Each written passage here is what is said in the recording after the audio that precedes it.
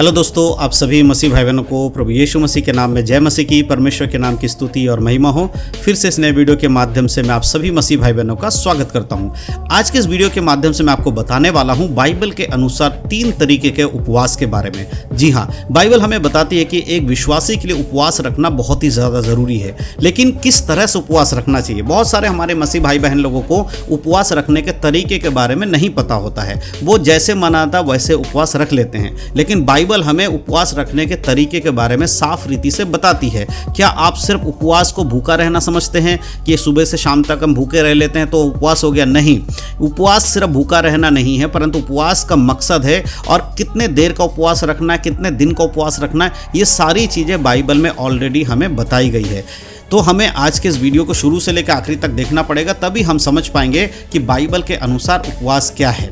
तो सभी लोगों को मैं ये कहना चाहता हूँ कि जो बातें इसमें मैं बताने वाला हूँ या जो भी बाइबल का रेफरेंस मैं लेने वाला हूँ वो मैं शॉर्ट में ले रहा हूँ ताकि आपको समझा सकूँ। आप चाहें तो उस बाइबल के वचन को अपने बाइबल में खोलकर ज़रूर पढ़ें, क्योंकि जब आप पूरा वचन पढ़ेंगे, संदर्भ में पढ़ेंगे, तब आपको उसको अच्छे से समझने में मदद मिलेगी। तो इस वीडियो को शुरू से लेकर आखिरी तक देखिएगा और आप समझ पाएंगे कि उपवास कैसे रखना चाहिए और किस तरीके से रखना चाहिए, कितने दिन का उपवास किस लिए रखा जाता है, एक दिन का उपवास का क्या मतलब है, आधे दिन का उपवास का क्या मतलब है, 2 दिन या 3 दिन का उपवास का क्या मतलब है। सारी बातों को इस छोटे से वीडियो में कवर करूंगा, तो इसलिए पूरा वीडियो देखे बिना मत जाइएगा। तो सबसे पहली जो बातें मैं आपको बताना चाहता हूं, बहुत से लोग उपवास रखते हैं लेकिन समझ के बिना उपवास रखते हैं और वो बाइबल से नहीं देखते कि बाइबल में किस प्रकार का उपवास रखने के बारे में बताया गया है, बल्कि वो ऐसे ही उपवास रख लेते हैं। तो 3 प्रकार का उपवास है जो बाइबल में बताया गया है, उदाहरण सहित मैं आपको समझा रहा हूं। सबसे पहला तरीका क्या है? आधे दिन यानी निश्चित समय तक का उपवास, 12 घंटे का उपवास। जैसे कि 12 घंटे मानिए आधे दिन का उपवास, आधा दिन का मतलब 12 घंटा, एक दिन का मतलब 24 घंटा होता है, ठीक है। तो ये निश्चित समय पर उपवास रखने का तरीका है। ये उपवास कोई भी व्यक्ति रख सकता है। जो अगर कुछ व्यक्ति ऐसे होते हैं जो जॉब करने वाले हैं, नौकरी पेशा करने वाले हैं और उनको 12 घंटे का ही समय मिल रहा है, वो हो सकता है रात को उपवास रख रहे हैं, कोई दिन में उपवास रख रहा है, किसी की नाइट ड्यूटी है, किसी की डे ड्यूटी है। ऐसे में बहुत सारे लोगों को ये मौका मिल जाता है कि वो 12 घंटे का उपवास रख सकते हैं और बड़े आसानी से रख सकते हैं। इसके बारे में अगर आप बाइबल में एक वचन पढ़ेंगे, न्यायों की किताब 20 के 26, तो वहां पर देखिए क्या लिखा है। तब सब इजरायली और सब लोग बेतेल को गए और वहां बैठकर यहोवा के सम्मुख रोते रहे और उस दिन सांझ तक उपवास किया और यहोवा के सम्मुख होम बलि और मेल बलि चढ़ाए। सांझ तक उपवास किया, इसका मतलब सुबह से लेकर शाम तक 12 घंटे का उपवास किया। तो बाइबल में 12 घंटे का उपवास है। अगर कोई ये कहता है भैया 24 घंटे उपवास रखना है, तो उनको ये वचन दिखाइए कि 12 घंटे का भी बाइबल में उपवास दिया गया है। यहाँ पर घटना क्या हुआ है? इजराइल के लोगों के बीच में क्या संकट आया और वे परमेश्वर से मार्गदर्शन चाहते थे, इसीलिए उन्होंने सांझ तक उपवास किया। अगर आपके जीवन में कोई ऐसी बात है जिसमें आपको प्रार्थना करना उपवास के साथ और समय की कमी है, आप ड्यूटी कर रहे हैं, नौकरी कर रहे हैं, या कोई भी कमी है, समय की कमी है, उसमें आप इस 12 घंटे में आप बैठकर उपवास के साथ प्रार्थना कर सकते हैं। इससे क्या पता चलता है कि ये शॉर्ट ड्यूरेशन जो है फास्टिंग है, नहीं, बहुत कम समय के लिए फास्टिंग है और इसको कोई भी व्यक्ति कर सकता है। जो नौकरी पेशा करने वाला भी कर सकता है, नॉर्मल व्यक्ति भी कर सकता है। अगर कोई नया विश्वासी है और वो चाहता है कि मैं उपवास करना सीखूं, तो ये सबसे अच्छा तरीका है कि आप 12 घंटे वाला उपवास कीजिए। कुछ घंटे अगर आप बिना खाना पीना खाए उपवास कर सकते हैं तो धीरे धीरे आपको आदत भी हो जाएगी और आप इस तरह से उपवास कर सकते हैं। तो पहला उपवास ये रहा। अब हम दूसरे तरीके का उपवास देखेंगे कि वो क्या है। दूसरा तरीके का उपवास है पूरे दिन, 24 घंटे का उपवास। अभी हमने 12 घंटे का उपवास देखा, अब हम पूरे दिन यानी दिन और रात मिलाकर पूरे दिन का उपवास देख रहे हैं। यह उपवास एक दिन का और एक रात का होता है और रखा जाता है। कई सारे लोग शाम से लेकर दूसरे दिन शाम तक उपवास रखते हैं। कुछ लोग एक सुबह से लेकर दूसरे दिन सुबह, यानी कि 24 घंटा, चाहे रात से रात जोड़ लीजिए या सुबह से सुबह जोड़ लीजिए, 24 घंटा उपवास रखते हैं। और इसके लिए अगर मैं आपको एक वचन बताऊं बाइबल से, तो पहले शमूएल की किताब 7 के 6 में इस प्रकार से लिखा, तब वे मिस्पा में इकट्ठे हुए और पानी भरकर यहोवा के सामने उंडेला और उस दिन उपवास किया और वह कहा, हमें यहोवा के विरुद्ध पाप किया। और क्या कहा उन लोगों ने? और कहा हमने यहोवा के विरुद्ध में पाप किया। इसका मतलब क्या है? परमेश्वर के लोगों ने जब देखा उनके जीवन में कि उन्होंने पाप किया है यहोवा के विरुद्ध में, तब उन्होंने पूरे दिन का उपवास रखा। उस दिन यानी कि एक दिन पूरा उपवास रखा 24 घंटे का, और उन्होंने यहोवा से क्षमा मांगा। और इजराइल के लोग पश्चाताप कर रहे थे, उन्होंने पाप को अंगीकार करके परमेश्वर के पास लौट कर आए और पूरे दिन उपवास किया।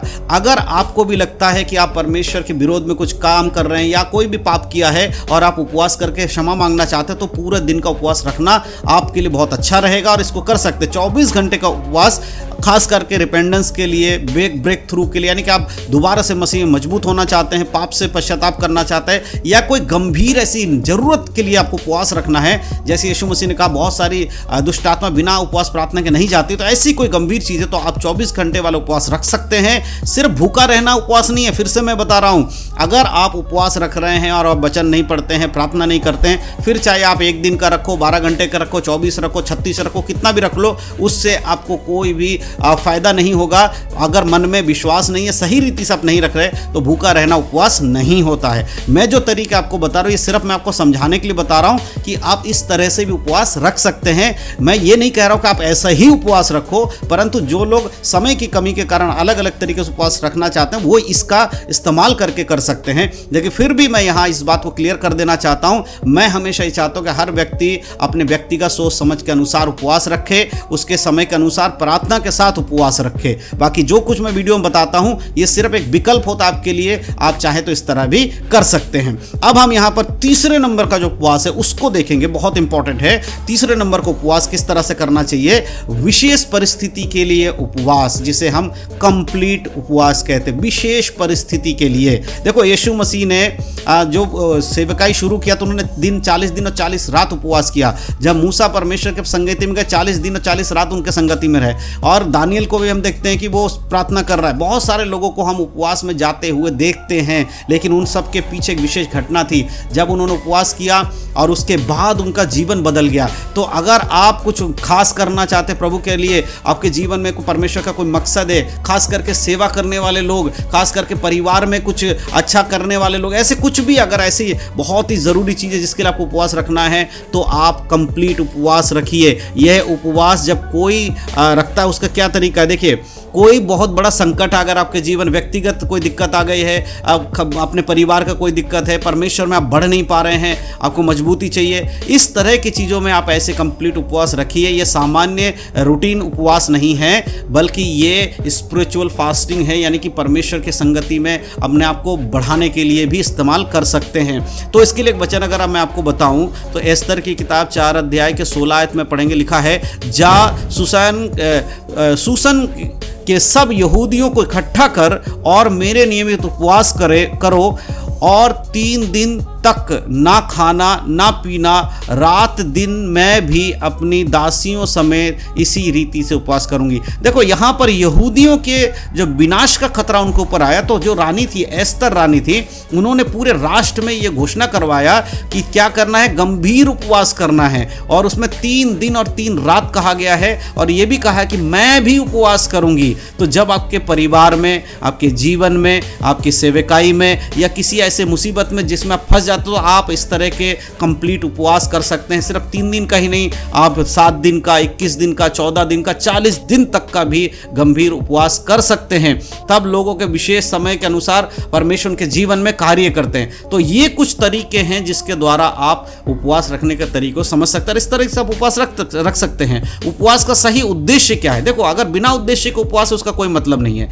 मत्ती किताब 6 का 16 अगर आप पढ़ेंगे, लिखा है, जब तुम उपवास करो तो कपटियों के समान तुम्हारे मुंह पर क्या है, उदासी ना छाई रहे। तुम्हारा उदासीपन नहीं दिखना चाहिए, परंतु लोगों को दिखाने के लिए ही, यीशु मसीह को दिखाने के लिए, परमेश्वर को खुश करने के लिए आपका उपवास होता है, ना कि संसारिक लोगों को। ठीक है, तो कौन उपवास कब कर सकता है? अगर आप नए हैं तो 12 घंटे से आप शुरू कीजिए। अगर आप गंभीर प्रेयर रिक्वेस्ट रखना चाहते हैं, आप 24 घंटे वाला कर सकते हैं। और कोई बड़ी आपदा या संकट या सेवकाई में कुछ दिक्कत है तो आप विशेष जो उपवास है वो 3 दिन 6 दिन इस तरह से बढ़ता हुआ आप लंबे के लिए भी कर सकते हैं। तो उपवास का मतलब सिर्फ खाना छोड़ना नहीं बल्कि दिल परमेश्वर के करीब लाना होता है। और छोटा या बड़ा कोई भी उपवास रख सकता है, बस समय के अनुसार देख लीजिएगा कि आपको क्या सूट कर रहा है। तो मैं विश्वास कर रहा हूं कि इस तरीके से जो मैंने आपको बताया, अगर आप उपवास रखना चाहते हैं तो आप रख सकते हैं। अंत में फिर से मैं बता रहा हूं, ये सिर्फ मैं आपको एक तरीके से गाइड कर रहा हूं। इसका यह मतलब नहीं है कि जो कुछ मैंने कहा वही करना है आपको। आप अपने कलीसिया के पास्टर से बात कीजिए, आप अपने एल्डर से बात कीजिए, विश्वास में मजबूत लोगों से बात कीजिए, वो आपको इससे मुझसे भी ज्यादा अच्छी सलाह दे सकते हैं। तो इन्हीं सब बातों के द्वारा परमेश्वर आप सभी को आशीष दे। यीशु मसीह के नाम में सभी को जय मसीह की। God bless you.